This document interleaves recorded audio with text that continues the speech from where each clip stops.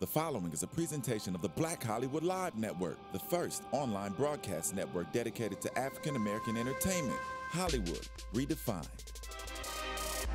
From Los Angeles, California, presented by Maria Menounos and streaming live thanks to Akamai Technologies, this is Black Hollywood Live, Phenomenal Women, featuring in-depth interviews with today's most inspiring women. Black Hollywood Live, Hollywood Redefined. You're listening to Black Hollywood Live. And now, the host of Black Hollywood Live, Phenomenal Women. Phenomenal, phenomenal. I love this song, Phenomenal Women. Hello, everyone. Welcome to the show, Phenomenal Women. I'm your host, Ashida Onrae, and with me today, I have an amazing guest, Victoria Christopher Murray, who is an exceptional author of 20-plus books, two-time NAACP nominee, and you are the founder of Black Girl Publishing, and she's also an exceptional keynote and motivational speaker. Welcome to the show. Well, thank you for having me. I'm excited to be here. I am so happy for you to be here. So I want to get into how you got started, because you were in corporate America first. Yes. And then you realized you got that entrepreneurial bug and said, you know what, it is time for me to step out and pursue my dream. Yes. Take us through that. Through that process. Yes. It started when I was 7. Okay. Seriously. I wrote my very first masterpiece when I was just 7 years old. I loved to read as a child. And then I took it to writing when I was 7. I wrote a play called Betty and the Witch, and it was a masterpiece. And the reason I know it was a masterpiece was because I plagiarized all the masterpieces out there. Betty and the Witch had a little girl who wore red, and then it had 3 pigs, it had 3 bears, it had 7 little people, it had a good witch, it had a bad witch, everything. But I was in the 2nd grade, and the entire 2nd grade performed it as a play. And so that teacher inspired me without even knowing that she did. So from that moment on, I was going to be a writer. Wow. I just didn't know how to get there. And so I had to wait for my time in terms of waiting until everything fell in place. And then the 90s came and Terry McMillan came, and I realized I could do it. So fast forward, you were in corporate. Yes. Tell us about that day where it was like, I'm doing it. I'm going to finally do it. You know, my husband was a major supporter. When we got married, he bought me a computer because I always said that I was going to be a writer. And I realized one day we were talking and he said, you know, we've been married now for about 16 years. You still haven't done this thing. I'm like, yeah, I'm busy. I have too much work to do. And we were talking and I realized one day I was going to be 80 years old. And I was never going to have lived my dream. Right. So I told him that year I was going to do it. And it still took me till April of that year, April of 1997. But I said no matter how tired I was, every night when I came home, I was going to write at least 1 word. Wow. And that's what I did. I committed to 1 word. I didn't want something that was too overpowering. So sometimes I came home and all I wrote was "she said." Doubled my commitment, right? Right. Double your commitment. That's funny. I finished that book in 3 months. And that was because writing's not about writing. It's about the discipline of writing. That is so true, because discipline is hard. Yes. To commit yourself to not watching television. That's right. To not hanging out with your girlfriends, no happy hour. That's right. And then just and focus. doing it every day. Every day. No matter how you feel. Doing it every day. I finished that book in 3 months. That was my first novel, Temptation. And that was the first time I was nominated for an NAACP Image Award with my first novel. Wow, that's amazing. See, look at that. And we got Temptation up, you know, for the viewers to see, your first book. My very first book. Now, take us through, how did you come up with the idea of your characters?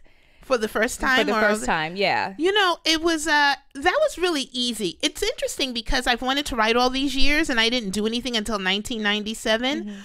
And it was like the whole story was dropped into my spirit. I don't know any other way to describe it.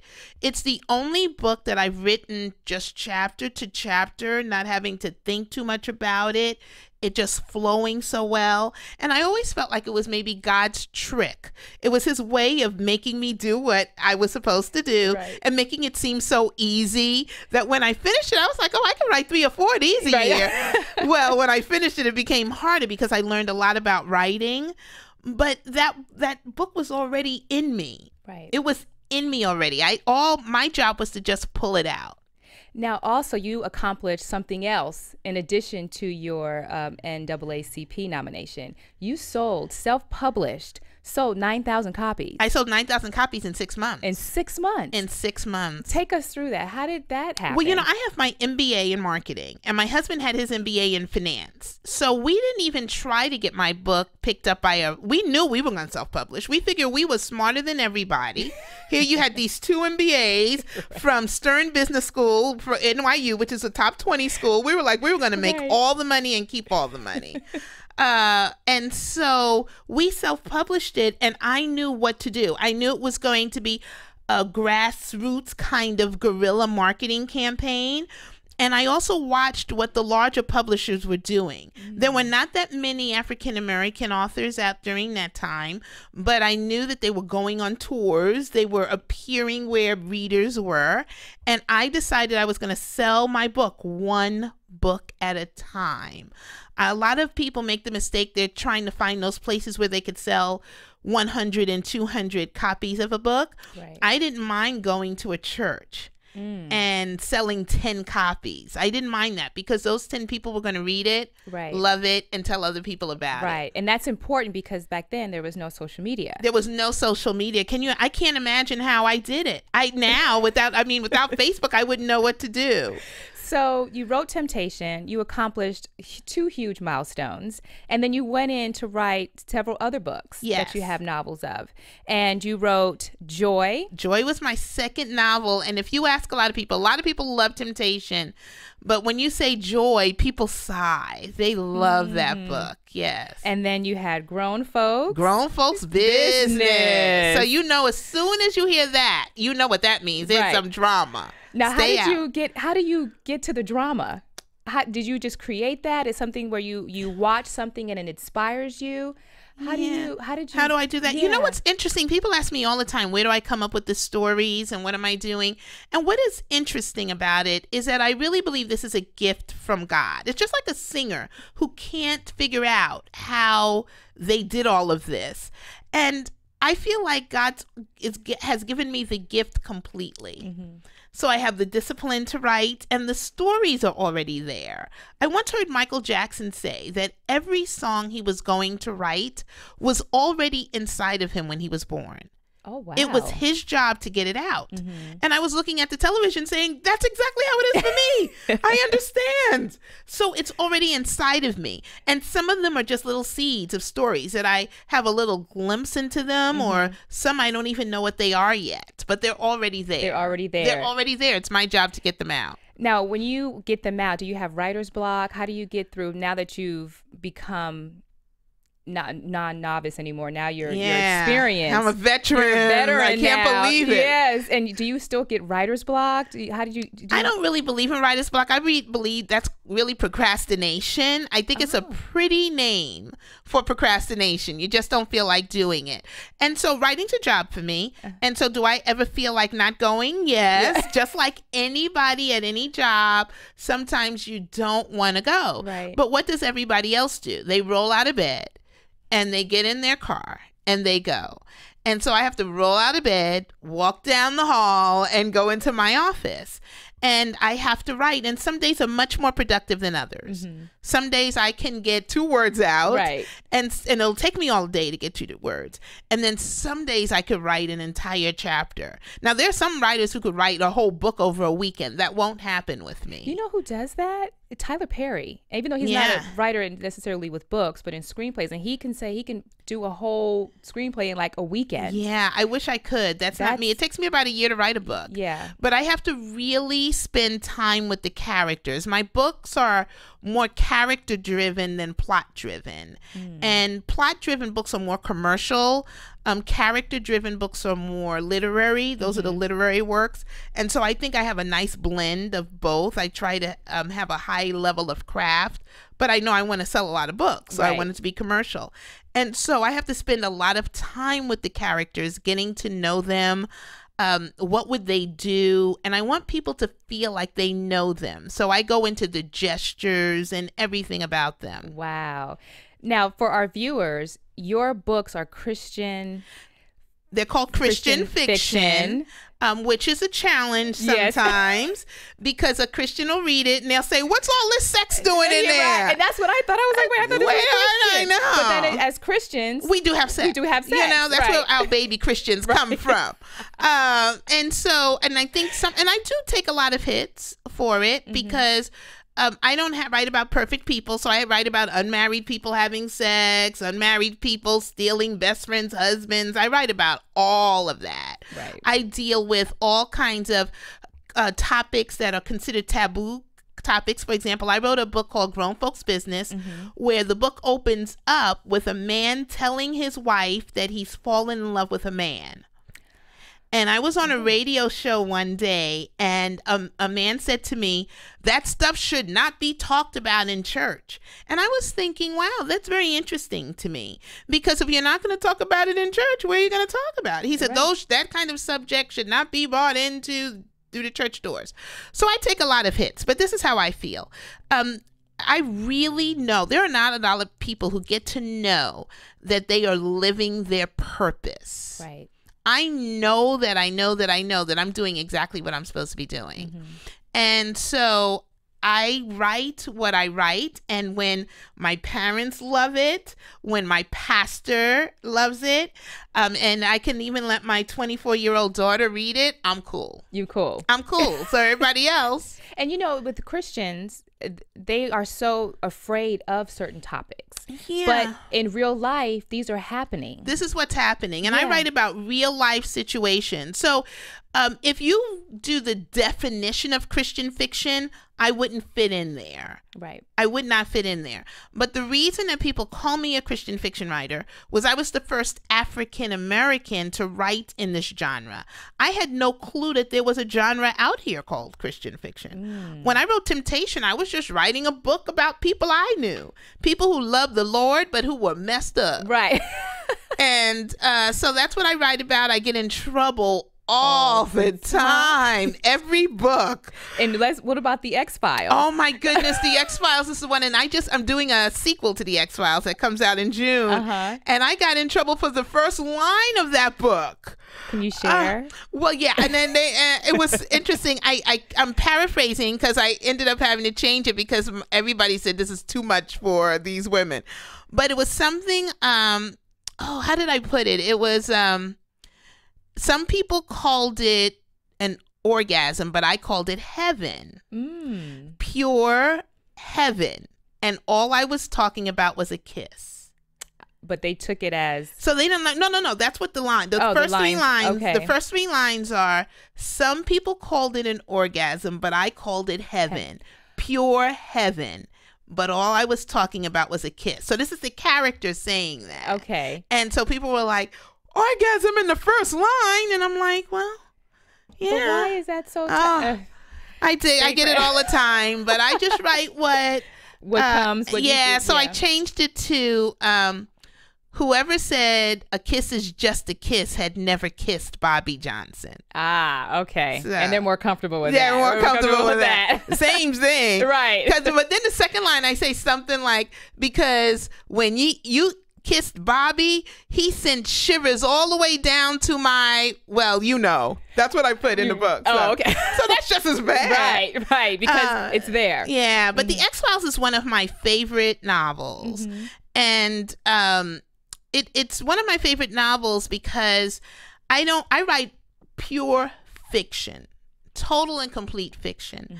But the X-Files is about 4 women who all had to deal with their exes.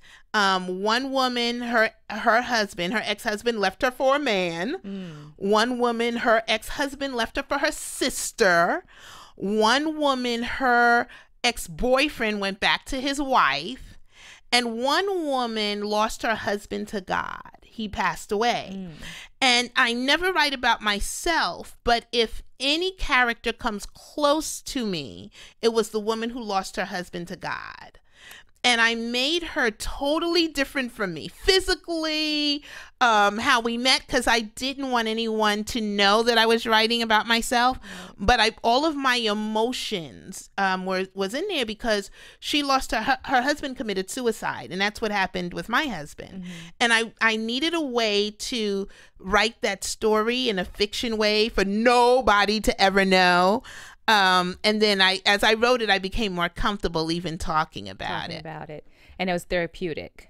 It was, I don't know if it was totally therapeutic, but it was the first time that I got it out. Oh, okay. Do you know what I mean? Because everybody, even my parents, didn't want to talk about it. And my daughter was 12, so I didn't want to talk about it too much with her.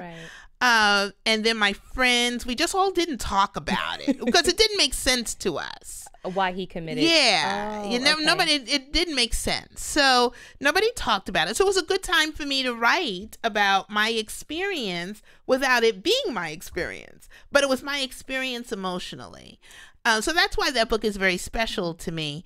And interestingly enough, of all the books I've ever sold, it sold more than any other book in its first year. Wow. So that's what, and it's just been optioned to become a movie. So we'll see what happens. Congratulations. Thank we you. have to bring you back when that happens. Yes, Talk about definitely. it. And you also wrote another set of series for the teens. Yes. I wrote a young adult series called The Divine Divas. And it's about 4 15-year-old girls who've known each other since they were in the 3rd grade. And they joined together to form a group to compete in an American Idol kind of competition. And I wanted to deal with real issues again, just like I do with the adult books. So the first book has a 15-year-old girl who's being pressured by the 17-year-old boy to have sex. The second book is about self-esteem and a girl who doesn't feel that she's as pretty as the other girls. And one deals with internet predators and the other one deals with parental alienation. And none of the girls do the right thing. Because we all know the right thing to do. Right. I wanted our young girls to see what would happen if you do the wrong thing. So it's more it's educational as well. Well, nobody knows that they're learning anything because it's a good story. It's a good story. It's an amazing good story. That's a real good story. Yeah, right? So they never know, but I did. I wanted people to see. I wanted young girls to see that even forgiven sins have consequences. Oh, okay. And so none of the characters, the girls at 15 know what the right thing to do is. Right. But what happens when you don't do the right thing? Right. And that's what shows up in the stories. I like that. In addition to you writing these great novels, you started a publishing firm. I started a publishing company with my partner, Rashonda Tate Billingsley, who's also an author, and it's called Brown Girls Publishing. And we did it because there are a lot of women who haven't had, or not, and I say we call it brown girls because we're 2 brown girls. Right. But we have men and women and young and old and black and white. And so we started it because a lot of people are not getting new contracts. And so we wanted to have fan favorites, but also fresh voices. So they'll have a chance to have their books put out there. Now, for the Brown Girls Publishing, is there only a certain type of book that's able, or is it across the board? It's across the board. We want to be a full-fledged publishing company. Okay. Now, also, I want to let the audience know that you are a successful keynote motivational speaker, and you travel the world. I travel all over the world. I love to speak. Yes. Can you tell? Yes. So how do and one of the things that you speak about is stepping out in faith. Yes. And pursuing your goals. Yeah, because you don't need faith when you're in the box. Inside the box, there's no need for faith. The faith comes outside the box.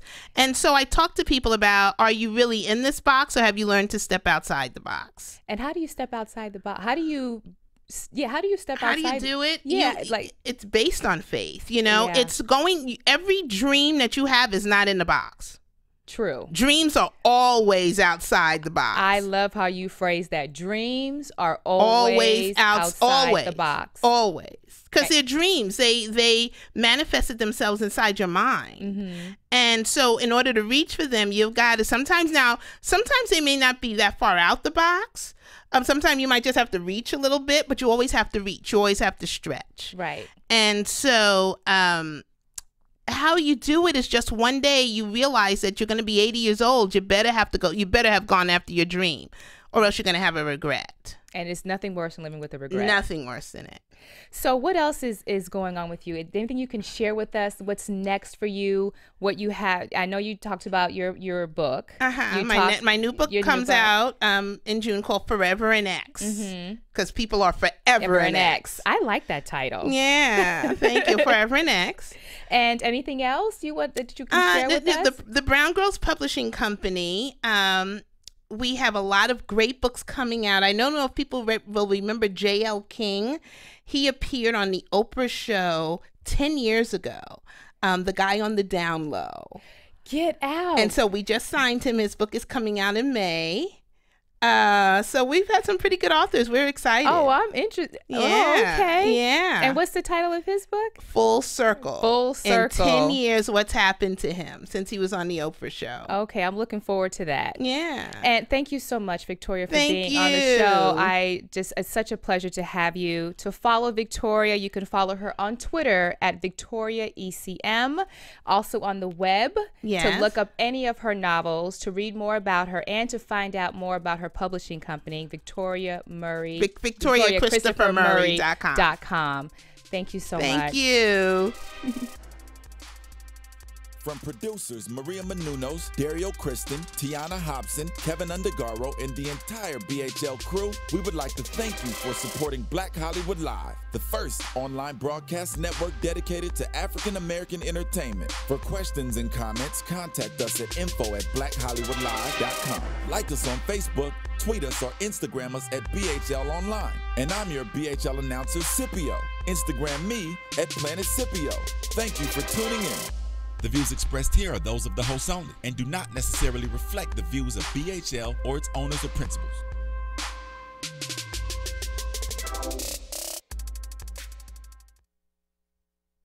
Thanks for watching Black Hollywood Live on YouTube. For more in-depth interviews and news, subscribe to our channel here, and be sure to share your opinion in the comment section below here. See you soon, everyone. Bye.